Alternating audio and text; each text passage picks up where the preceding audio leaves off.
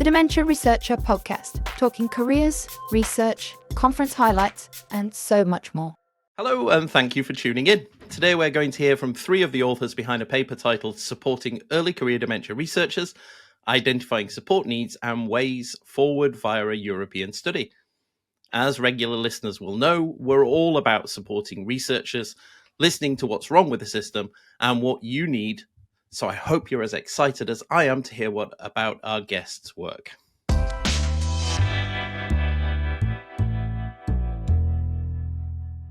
Hello, I'm Adam Smith. I'm the Programme Director for Dementia Researcher, and it's my pleasure to be guest hosting this show. I've said this before, and I'll say it again. Early career researchers are the fuel that drives discovery and dementia research. You are essential when it comes to finding ways to prevent dementia, understand and diagnose the disease, better care for people, and treat people living with it. It may be professors delivering those keynote talks at conferences, but the poster halls are full of early career researchers' work. Therefore, it's incredibly important to ensure that we have a healthy pipeline of people wanting to come into the field and that institutions and funders are adapting and constantly striving to improve their career opportunities, lives, and well-being. Most importantly, to ensure that we keep them. Today, I'm joined by Charlèss Dupont, Pascale Heins, and Dr. Sarah Louise Bartels, who, as an aside to their day jobs, share our passion for supporting early career researcher careers, and they've made it their business to work on understanding ECR challenges and supporting their communities. And here they are. Hello, everybody. Hi, Adam. Hi. Hi. Thank you so much for joining us. Let's do some proper introductions. Charlie, why don't you go Yes, first? thank you so much, Adam. Indeed, I'm Charlèss Dupont. I have a background in nursing and communication. I work at the Freie University Brussels, that's in Belgium. And I'm there a postdoctoral researcher, working mostly around communication and palliative care in dementia. Been here now almost for 7 years, I think. Fantastic. And I'm really sorry, I didn't credit you with being Dr. Charlie at the start. That's because last time you were on the podcast, you were still doing your PhD. So Yeah, but that's ages ago. it is. And I think you also have to congratulate Pascale, I think. Pascale as well. I'm so sorry. Not yet. Sorry. Well, we'll be sure to update your bio, but congratulations on getting through that and on finding a postdoc job as well. Thank you so much. Pascale, why don't you go next? Yeah, hi, thanks for having me. My name is Pascale Heins. I have a background in occupational therapy, and I am working in the Netherlands at Maastricht University. And my PhD research was on how to better support people with dementia and in their social life. And yeah, my PhD defense is right around the corner, so in 2 weeks. And right now I'm doing postdoctoral work still in Maastricht University. You're not at one of those universities where because I've seen this particularly from European institutions, where they live stream your defense. Are you at one of those places? Yes, I am. How do you feel about that? Well, I'm feeling all right because I don't see the people being online, so that's okay.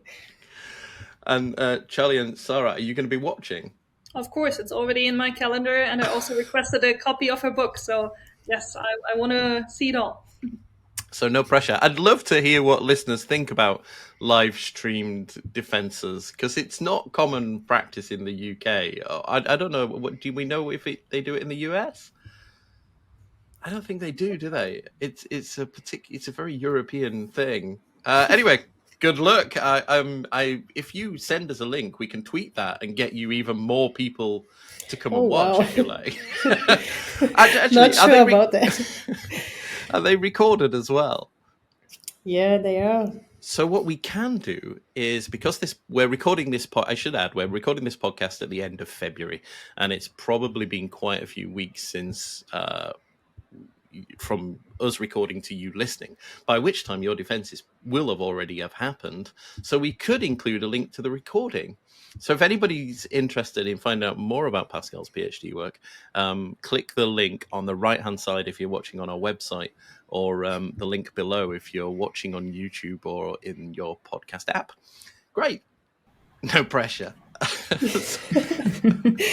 If there isn't a link there, it's because afterwards, after we recorded, she said, don't do that. I don't want a link there, and that's why, and I'll be entirely apologetic. Sarah, your turn. Yeah, hi, Adam. Nice to be back as well. It's been a couple of years since we've talked in your podcast. My name is Sarah Lauren-Bartels. I'm originally from Germany and have a background in neuropsychology. And currently, I'm actually based in Stockholm, Sweden, working part-time for Karolinska Institutet. And I'm also seconded part-time to work remotely for Maastricht University. So Pascale is a colleague of mine at the Alzheimer's Center Limburg in the south of the Netherlands. I'm now in the 4th year of my postdoc. I really enjoy being a postdoc, and I'm going to continue with some more postdoc work after the summer. And my research focuses on understanding and supporting people with chronic and long-term conditions, including dementia and chronic pain, and their relevant others in managing everyday life through digital innovations. And as you said, a sideline of our work is also the support for early career researchers. So I've been the European lead of ISTAT PSPIA. That ISTAT is the American Association for Dementia Research, and they have professional interest areas, PIAs, and one of them focuses on supporting or elevating early career researchers, peers. So we love these acronyms in dementia research, right? And I'm also an academic board member of INTERDEM, which is a European network for psychosocial research. So that's me. That's a lot. You're very busy. Clearly, you've just got extra time. Do you want to come and write blogs for us as well? Because we're always looking for extra contributors. Maybe in the future at some point, yeah. I'm glad you mentioned iStart because, of course, iStart is what brought you and I together when we met for the first time a while ago. And it's a brilliant organization. And the Peer to Elevate Early Career Researchers does have these continental working groups that are looking at these issues, because we recognize that what we're going to talk about today is particularly relevant to European researchers, but of course it's going to be different challenges if you're in Australia or Africa or South America or other parts of the world. So we should apologize now. Of course, this show, I know many of you listening won't necessarily be in the European Union, but I'm sure that some of the issues we're going to touch on today are going to be universal no matter where in the world you are. And do have a look at iStart. We'll put a link again in the show notes if you want to get involved with some of those working groups. Thank you very much. That's the introductions out of the way, so let's get on with the show.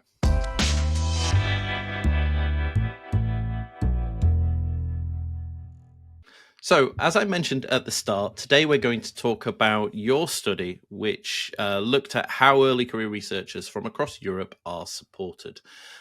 Charlie, can I come to you first and ask you to share your inspiration behind this study and its significance in the current research landscape? Just like Sarah, I'm as well a board member of the INTERDEM Academy. And the INTERDEM Academy tries to support early career researchers in psychosocial domain and dementia within their careers. So talking within this board with the other members, we were thinking about how can we support the members of the INTERDEM Academy and what do they need.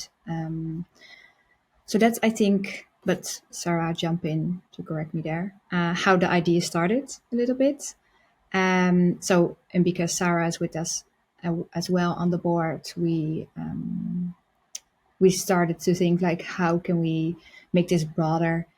And that's how iStart came in, peers, PIA, and that's I think how we started our adventure. So is this this is just from your having that lived experience of being an early career researcher and the challenges that you faced, and listening to colleagues and your peers around you about their challenges. Did you have any particular issues that you thought were going to, that inspired this? Were there some particular challenges for you personally that made you want to look at careers? Yeah, so I think one of the challenges I experienced at the moment, and some of my colleagues as well were working on the paper, was the financial part of being going from your PhD into a postdoc. So we were talking about this during Alzheimer Europe, one of the conferences. So this is one of the things I think that we saw, like, this cannot be a thing that I only have or the small group of people we were talking with. So I think we started also from there, because it's very difficult to go from into your PhD to a postdoc if you want to secure your own funding without applying to another job.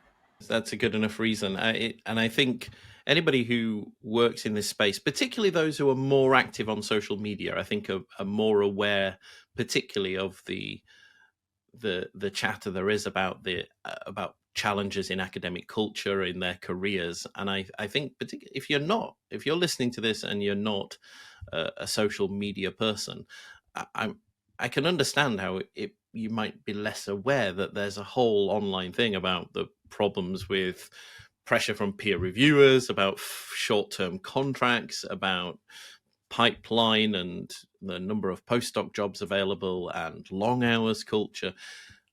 These are all things that are talked about. But I think the problem is that we just assume that they're relevant everywhere, and you need research like this to get to the real bottom of understanding whether those are universal. Thank you, Charlie. Pascale, can I come to you next? So I can understand why you wanted to do it. Personal challenges, want to support ECR careers, and of course we can't support them if we don't really know what the problems are. So what were some of the key findings regarding the needs and challenges faced by early career researchers? Well, we saw actually what also Charlèss just talked about, that one critical aspect was the need for additional support in funding generation, and also the financial aspects of being a researcher. Like you said, the short-term contracts, but also that need for transitional funding in between different contracts. Thank you. Especially for postdoctoral researchers. But also that ECRs are lacking guidance in the practical application of research methods. But also stood out that many early career researchers also prioritize support and dissemination. For example, through social media, through other channels. So using social media to disseminate your own research findings. And also using other channels, for example, reaching out to other audiences, like in our terms, like people living with dementia, and also their significant others. So were these the things how did this study work? Was this a survey, was it, or a questionnaire of some kind, or some interviews? What did you do? Well, it was a combination of different things. We started up with a survey that was filled in by 65 early career researchers across Europe. And afterwards, we organized 2 different workshops, one at the Alzheimer Europe conference and one online workshop where we asked early career researchers what are actually things where you need more support, and what are your ideas on how we can get there. So that's good, isn't it? Because it shows you didn't have any preconceptions. Because I know I've been in this space for so long now, I have these kind of preconceptions about what the problems are, and I think by having those discussions rather than just relying on a survey, you can actually give people a chance to tell you. Because I think sometimes we're a little bit surprised. I know I have been assuming that something is a big issue because I've read about it, as you say, on social media or other places, and then actually when you talk to people, you suddenly go, oh, I didn't realize that was an issue. A particular example of that was in South America. The results from our big ECR peer survey in South America showed that there weren't too many concerns about contract length. And I was like, oh, really? And that's because so many people actually had, the way they did contracts there was different. However, everybody was still concerned about funding because you still had to apply for it. There were fewer funding bodies. Where do people get their funding from in Europe? Who are the big kind of dementia research funders? Is it like the UK where it's charities and government, or are there other places to go? Yeah, good question. I think it depends on the country, actually, what kind of funding opportunities there are. But there are governmental, but also non-governmental funding bodies in Europe. It depends per country. Great. Sarah, thank you for being so patient. So I've read the paper. Again, anybody wants to read this, there'll be a link in the show notes and to the right-hand side if you're watching on our website. Your study outlines 6 recommendations for better supporting ECRs. Can you take us through them and which you think is most critical? Yeah, it's actually 9 recommendations, Adam, not 6. You I miscounted. apologize. So for everybody who's curious, the full list is in table 4 of our article. And I'm not going to talk you through all 9 of them now. That will maybe be a bit much. But so we structured the recommendations, and these recommendations were derived through these group discussions with early career researchers. So that wasn't really us proposing recommendations, but this is a result of the paper. And they are grouped into 4 different main categories. Funding and career support, social well-being, mentoring and training, and dissemination. And we also specify who these recommendations are for. So who should listen to this recommendation? Is it a support organization such as iStart or Interdem? Is it a funding body? Or is it a university that can do something about this recommendation? So one example is ECRs need clear and centralized overviews of available research funding opportunities, ideally grouped by research area and also by career stage. So if you're a PhD student, you can apply for this kind of funding. If you are a 3rd-year postdoc, you can apply for this kind of funding when you are based in a certain country. So this European overview is currently lacking. I know Dementia Researcher UK has great funding opportunities and shares a lot of information, but that is UK-based. KI, for example, Karolinska Institutet has a good website on their university with structured information, but those are examples of where you can find information, and there is something more European-wide lacking. It is something that we're discussing at Interdem now because there's an Interdem website. So that could be one way of centralizing information and really disseminating that to early career researchers. So that's one of the recommendations. Should I just go on to the next one? Or is there... Well, just to comment on that, I think, so you're right, Dementia Researchers is bringing those together. It's incredibly hard.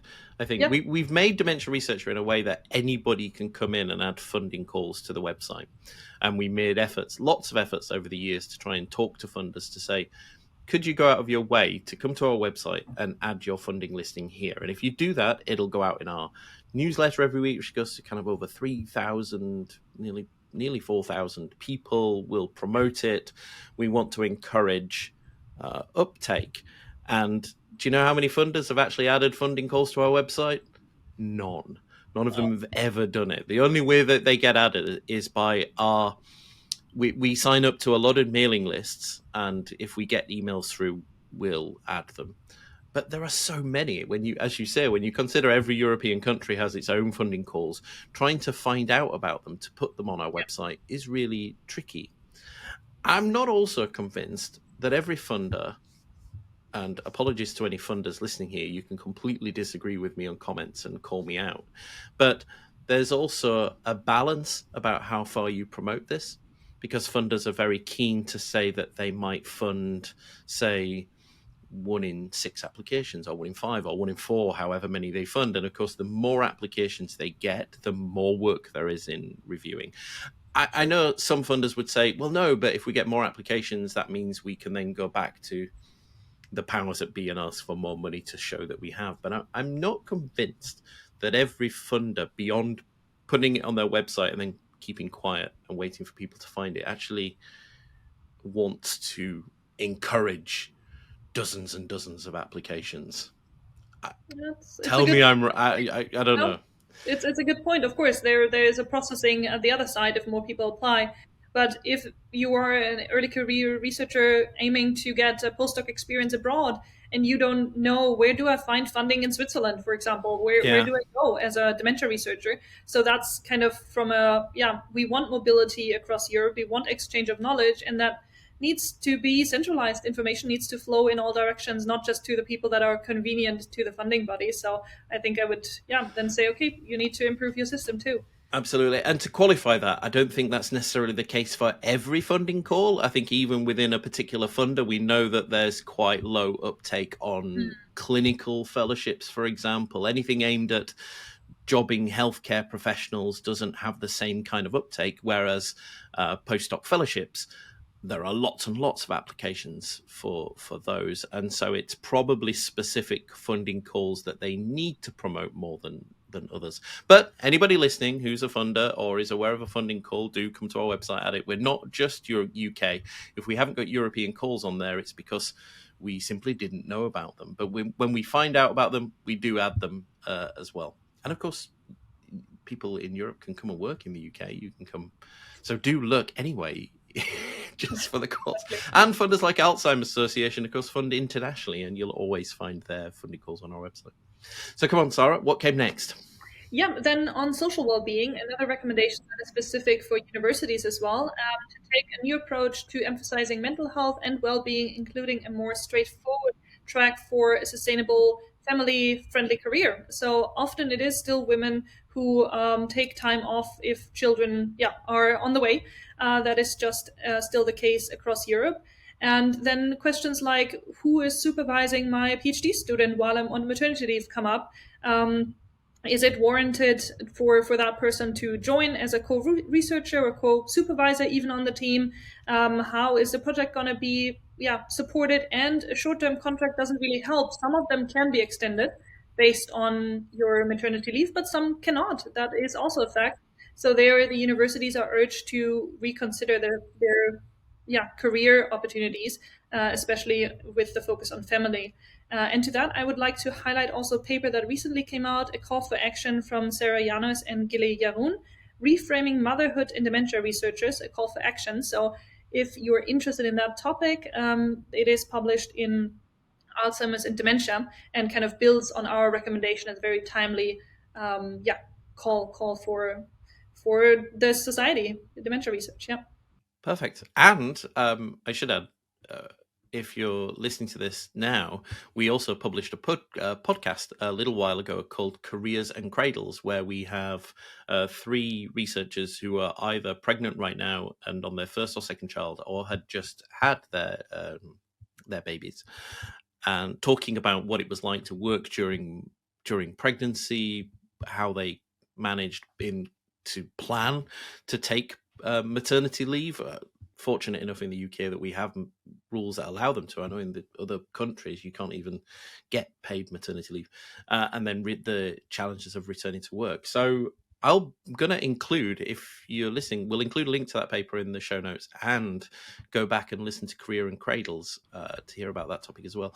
It is an important one. Are all the rules same across Europe when it comes to maternity leave and things?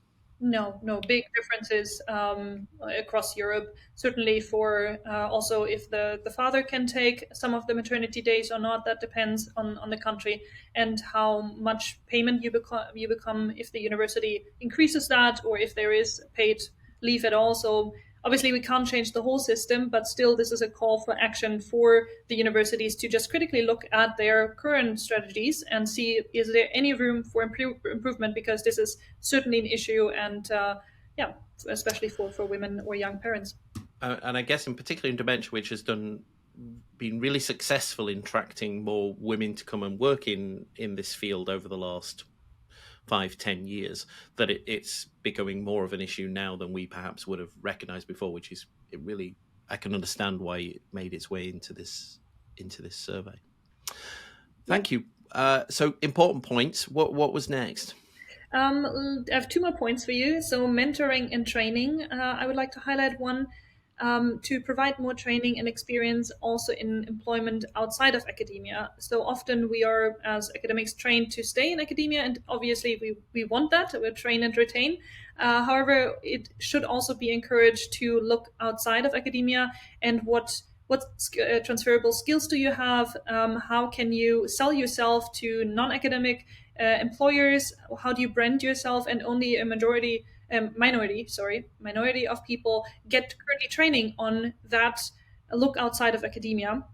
And therefore, we would encourage both support organizations and also universities to offer training that allows early career researchers to profile themselves to any kind of field they would like to work in. Is this just your cunning way of getting rid of the competition? I'm teasing. We'll see if it's working. I'm teasing. I have slightly mixed views on this, actually, because we've also published lots of blogs. We've talked about this, about how your PhD training provides you with a whole plethora of skills you might not realize that are entirely transferable to other fields. And it's a training post and you should do this. But also as well, part of me thinks we should be doing absolutely everything we can to keep people, because we need more people in dementia research, not to actually provide them with a way to leave. So I think there's a balance to be struck. I think actually, ideally, we'd like lots of nice postdoc jobs, make it a great environment to be in, that actually people don't feel like they want to leave. But as you say, then also make sure that they've got everything they need should they want to leave. Yeah, or combine it. Maybe you can combine your research with clinical work, or like, how do you do that? How do you combine your work with consultancy? If you are interested in making a bit more money, because some of the reasons that people are leaving is the financial aspect, and how can you combine that with consultancy work or with self-employment, with entrepreneurial ideas that you might have? So I agree. I'd love to for all of the early career researchers to stay in academia. But if you have additional ideas, we should also support those individual trainings. Absolutely. And so many, actually, of people who do leave dementia research, it's not that they go wandering off to an entirely different, they don't suddenly go off and become a banker or suddenly go off and become they tend to stay in the field, don't they? These kind of research communication work or industry or somehow in marketing, or go to work for charities or funding bodies and things like that. We do see people go. Yep. So important. And if anybody's listening who would like to come and do a talk for Dementia Researcher, we're going to be launching the Dementia Researcher Communities app in April. Advert, time for a plug, which will include, it's either going to be a weekly or fortnightly careers webinar every week. And of course, that's going to be an important topic to add to that list. Yeah. Last recommendation that I want to highlight is dissemination. So it is very helpful for early career researchers to have a template and information how to create a dissemination plan and how to use communications to disseminate findings or recruit people. Talk with lay audiences, for example. And I think, Adam, you have just the reference or just the resource for early career researchers, as you just recorded your communications plan workshop that you gave training. So that is one resource that can be used. And currently it's a lot of learning by doing when it comes to disseminating findings and doing communication plans. There's not a lot of top-down structure. So again, a call for support organizations, funding bodies, and universities to actually promote people in using communications to disseminate their findings for early career researchers, using social media, but also traditional ways, of course. I think your research, particularly the research field that the three of you work in, suffers from this more than others, because all too often your research will discover an intervention or a new way of working which your research found to be successful. And I would imagine that your passion then is to want to see that used as much as you can. And there's this fine line then, is it, between just disseminating findings and moving on to what is your next piece of research, and actually how long you cling to that and try to implement it and make it happen. Are any of you in that situation where you've discovered something and you're clinging to it and you're working hard to, you haven't let go, you haven't just said, yeah, the paper's published, next study? I think it's also the efforts that Alzheimer Europe and the working group of people with dementia made to really vocalize, it's amazing the work you're doing, but it needs to reach the people. So I think that's also part where the findings of our paper come from those advocacy groups of people with lived experiences, to push us as researchers. A part of your research is being funded by public resources, So it also needs to stream back into the public, right? So I think that's I really appreciate that part of our field, our research topic. I feel like we could talk about this for hours because Yes, I true, have actually. because I have so many views on this. I think there's this real challenge between. I think it's probably okay if you've spent your entire career working in a particular area, or I don't whether that's something like preventing people falling down the steps or becoming injured in the home when they have when they're living with dementia. I can understand if you spent your career on that you might cling to research findings and then do all you can to make sure that they find their way into practice in people's lives. And that goes beyond just publishing the paper. It's kind of start innovating and starting companies. It's writing guidelines and tools. And you could spend the next 5 years lobbying commissioners and funders to try and get people to buy this or to use it. And then, of course, you seem to have more senior researchers who will treat it entirely like a study. Does this work? Yes, it does. Published. Right, let's look for something else, to see if something else works, and then move on. And I'm drawn as to which I think is best. I don't know if there is a best. I don't know. What do you think? Yeah, I'm really struggling with that as well. And that's why I'm actually now going back into clinical work as well. So looking for the combination between research and clinical work, because I have the feeling, okay, I'm doing all these studies, I'm finding all these things, but who is going to implement it in practice? So I'm now the one in my clinical work implementing my own research. So yeah, I'm really struggling sometimes to find ways to actually implement the things that you find in your research. And I think that's the most important thing, because that's what I want to do, right? Help people with dementia live a better life. Here's the question back to you. Whose job is it to do that? When you found something that works, whose job is it to actually make it happen? Where do you draw the line between dissemination and implementation? Was there any view on that, Pascale, Sarah?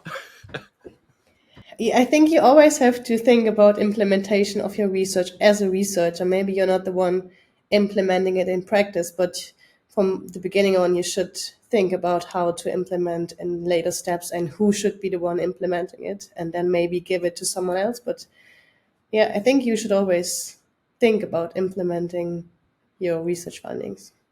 And that's something universities can help with, isn't it? Because I think if you've got the training you mentioned there from the paper about being good at disseminating your findings, about making sure everything you publish is open access, and then I love this, that's finding its way into practice more, it's that the end product of a study isn't just a paper. It's a whole package of resources that, even if you don't go on to be the person that implements, that you can hand over to somebody who will, to say, here's all the tools, all the kit you need to actually make that happen.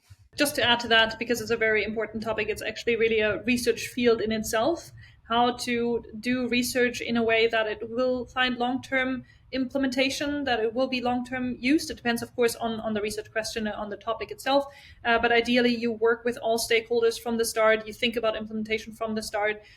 You have the people with dementia, the healthcare professional, the manager, the IT developer, whoever is relevant for your project involved from the start, because it's not just this handing over won't often work. People might still not understand what they're supposed to do with it. But if they invest it from the start, then there's a higher chance for it to actually stick. And then when you are done with your research, it just lives by itself. But that is still, I think, a big challenge for a lot of psychosocial researchers, that we do research for the gain of knowledge and not always with the long-term implementation strategy in mind yet. But there's a shift in our field, I would say, that more and more researchers really think about implementation and what happens when my funding runs out. That's a really good point. I completely agree. And I think it's probably a little bit disheartening and frustrating as well, that if you do these things and then find that they work, and then you must hit yourself over the head constantly to go, why aren't you doing this thing I discovered? This will make people's lives better. Go away and do it. Anyway, let's move on. Charlie, we've got a few more questions, and I know we're already at about half an hour in. Were there any unexpected insights, or things that challenges you encountered along the way in making this study happen?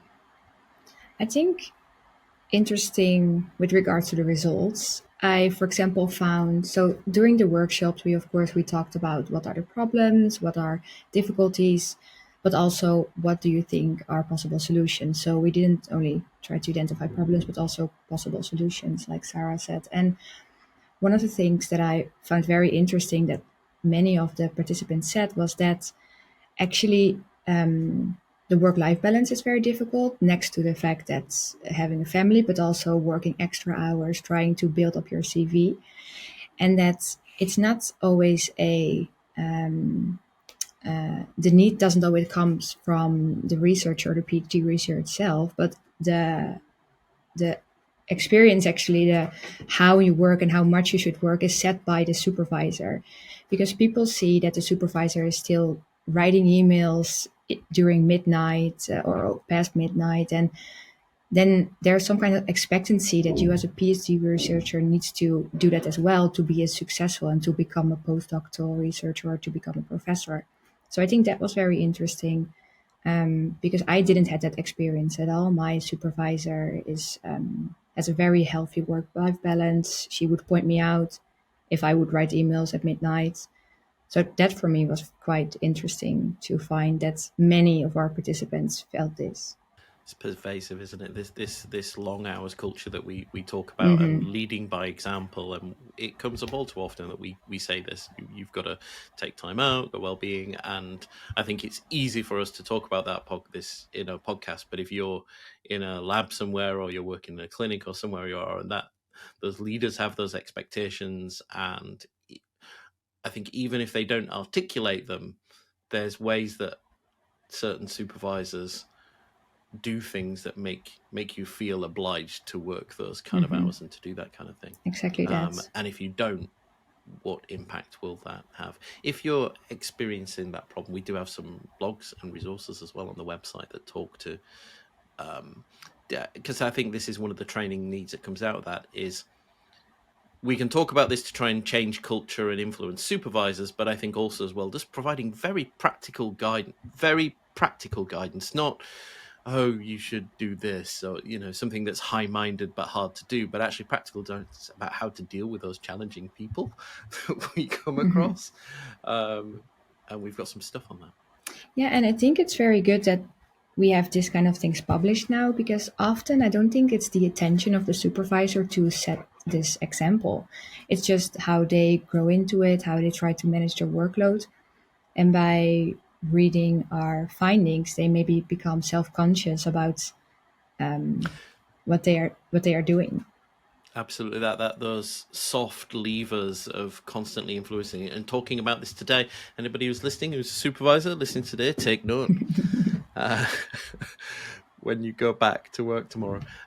Pascale, can I come to you next? So actually, this took us on our prior topic about implementation. So have you had a chance yet to share your results with any organizations or funding bodies, universities that can actually do some of the things you'd like to happen? Yeah, that's a really good question, because of course that's what we want, right? It's a call to action. We are very happy that it's published, but now there needs some steps to be taken. And of course we're working on that. It has been presented also at the Alzheimer Europe conference, where also funding bodies, for example, are of course attending. And I think one of the great examples of what can come from this kind of work is that the Internet network that Sarah already mentioned started up a mentoring program where they match mentees together with mentors from the more senior people that help early career researchers in their career progression, and really on a individual basis, like what are the things you need, or what are the things you are struggling with right now, and how can I help you with that? So I think that's one of the greatest examples of what comes from this work. That's great. Already stuff happening. And Yeah. again, I'll need to remember to do all that. I've mentioned that there's going to be so many links. I'll forget all this. There'll be a link to Interdem in the side. We certainly published an article recently about how you can become an Interdem member and what it's all about. That was a couple of weeks ago if you look back on the website, sometime in mid-February. So do have a look at that. And Sarah, what do you think established researchers and institutions how can they contribute to making this a better environment based on what you found? Yeah, I think one thing that Charlène mentioned as well is being aware. So established researchers need to be aware of the struggles and of the challenges that early career researchers are facing. And our article and this podcast and any kind of activity that is taken will increase this awareness. We had actually a publication award for this paper as well from Interdem, so that increased the amount of people that read it. Again, we had discussions under LinkedIn posts where also professors commented and said, "Oh, this is very interesting. This is very important. Thank you so much." So I think this increased awareness is important. And then secondly, I would ask or inspire researchers and institutions to be proactive, because a lot of the action is currently placed on the early career researchers. It is nice if your supervisors just come to you and say, "Hey, I know you can be in a challenging situation. What do you need? How can I help you?" So that not always the early career researcher needs to ask for help, but it's sometimes also just nice to be offered help and offered support and be validated in your experience. So therefore, I think these two, be aware of the challenges and be proactive for your postdocs, for your PhD students. That's maybe my main takeaway or hope for the future for established researchers. You've got me thinking as well, actually, that obviously I'm going to continue to bang on about Dementia Researcher being a great resource. Anybody who just listens and doesn't go to our website and have a look, because there's tons of stuff on there that talks to some of these topics and guidance and people who've lived experience who've gone through some of these challenges that were mentioned in the report. But we don't get very many contributions from senior people. And I think we could probably go out of our way to try and encourage more senior people to share their experiences and to talk to how, if they are good leaders, how they deliver these things. Or institutions. I don't think I've ever had a blog written by somebody in an R&D or a career support role at a university. So I should take away from me is to try and go away and get some of those good people. If you're listening and you are one of those people, we're always looking for more contributors, so get in touch. So a question for all of you now, I guess, is, so you've got this paper, you mentioned at the start that you've got your iStart European Working Group, you're all in Interdem as well. What more are you doing? What next? Is there more research going on this right now? Yeah, of course I think we are now want to look at what you mentioned as well, Adam, like we made these recommendations, the early career researchers gave us suggestions of how their needs could be met. So I think the next step for us is to reach out to organizations, universities, and look at how can we provide support for you to do this? Like how can we take up action to really make those improvements to meet the needs of the early career researchers. So this is what we are doing now within Interdem, mostly together with via iStart. But I think, Sarah, we also will work on some new surveys, right? Well, go on, Sarah, because I know there's another paper in the pipeline. Mm-hmm. Yeah, so we have one paper that's currently under review, which is a policy review.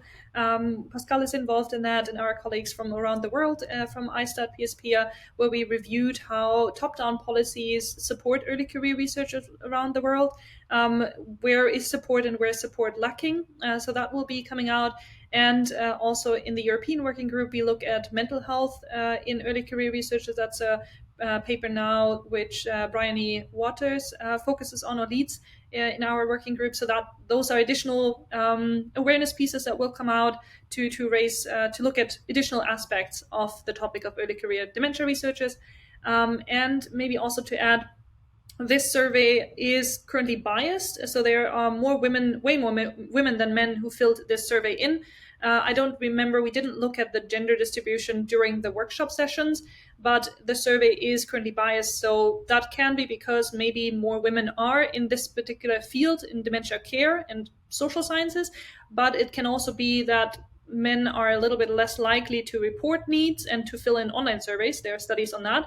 So we need more gender diversity in our results. We also don't represent LGBTQ plus individuals in our survey at the moment. So I think that's things that need to happen in the future to have a more generalizable view on Europe, also including Southern and Eastern European countries. They are also not fully represented in our survey. So just to highlight some limitations of our work as well. Yeah. And I can see how that's particularly important if you need to start looking at how you rank or prioritize some of these things as well. Thank you, Sarah. Pascale, did you have anything to add to that? What you think comes next? Well, I actually don't have anything to add. These are the two most important points that I also want to point out. So I think so too. And of course, we're all working together as well. So, but it's almost 2 years ago now, coming up to 2 years ago, we did our large international survey out of UCL with iStart as well to survey in researchers very comprehensively across the world to look at lots of things from career support to personal lives to the work that they do, the fields they work in. And we are working on building a new version of that right now, which will come out definitely in 2024. Let's say that. That's not particularly ambitious. It's quite vague, isn't it? The autumn going into summer of 2024. So we will be back on the podcast to encourage you to take that survey when it's available. So let's just recap then. So this paper is available. It's published on Alzheimer and dementia. It was published in November-ish. Yeah, November 2023. And so there are 9 recommendations, which include better ways to pool knowledge on funding opportunities. I'm trying to remember this now. Improved opportunities for people who might leave work for caring or family responsibilities, and support for how they might return. Better opportunities for mentoring and addressing long hours cultures. I'm struggling now with the last few. Sorry? Dissemination. Yeah, you absolutely spent time on that as well. Support to better train and enable somebody to be involved in dissemination of their work. What else? Go read the paper. Exactly. There are more. There are 5 more that we didn't talk about now. So have a look at table 4 in our paper. That's a nice summary for you, which is quite comprehensive. Thank you very much.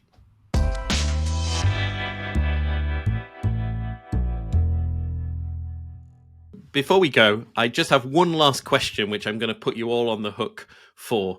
So for any researchers that are listening that might have experienced some of these issues we mentioned, whether that's kind of challenges with supervision or working long hours or being a bit burnt out or they're about to come maternity, whatever it is, are there any particular resources that you found helpful in your career that you'd like to point them to? Sarah, you go first.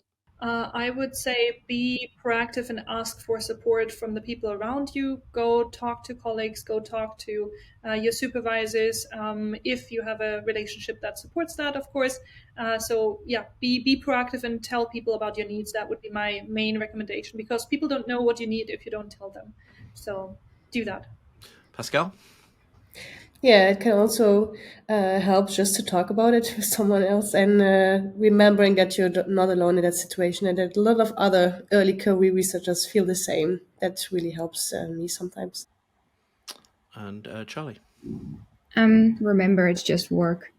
I think that's very important.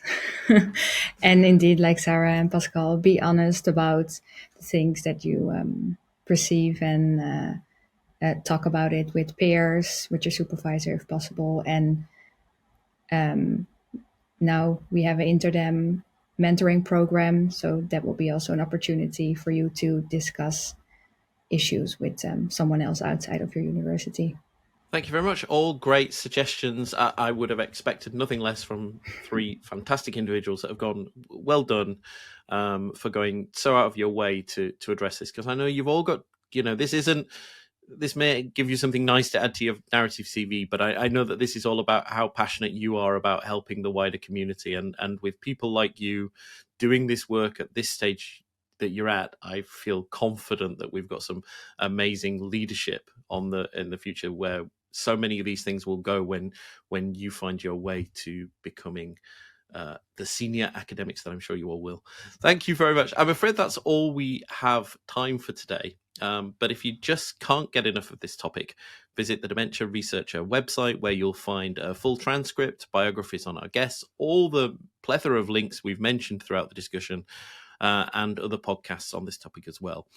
Of course, I should add that Dementia Researcher is here to help. We do publish all those things that I've talked about. And in April, we will be launching the Dementia Researcher Communities app. The aim of this is to bring people together, because we know that in addition to your own institution and your supervisors, peer support can make all the difference. So do keep an eye on our website for updates of that. Download the app, join the communities, and I really hope it's going to become a great place where you'll get support and be able to talk openly and honestly about some of these issues and get some help that everybody might need. And of course, if you are struggling with any of this, do also reach out. We're always willing to listen and signpost people to where they can get support if they'd rather do that in a more private way. I'd like to thank our fantastic guests, the incredible Charlèss Dupont, Pascale Heins, and Dr. Sarah-Lene Bartels. You've been brilliant. Thank you so much, everybody, for joining. Thank you so much, Adam. Thank you. I'm Adam Smith, and you've been listening to the Dementia Researcher Podcast. The Dementia Researcher Podcast was brought to you by University College London with generous funding from the UK National Institute for Health Research, Alzheimer's Research UK, Alzheimer's Society, Alzheimer's Association, and Race Against Dementia. Please subscribe, leave us a review, and register on our website for full access to all our great resources. dementiaresearcher.nihr.ac.uk.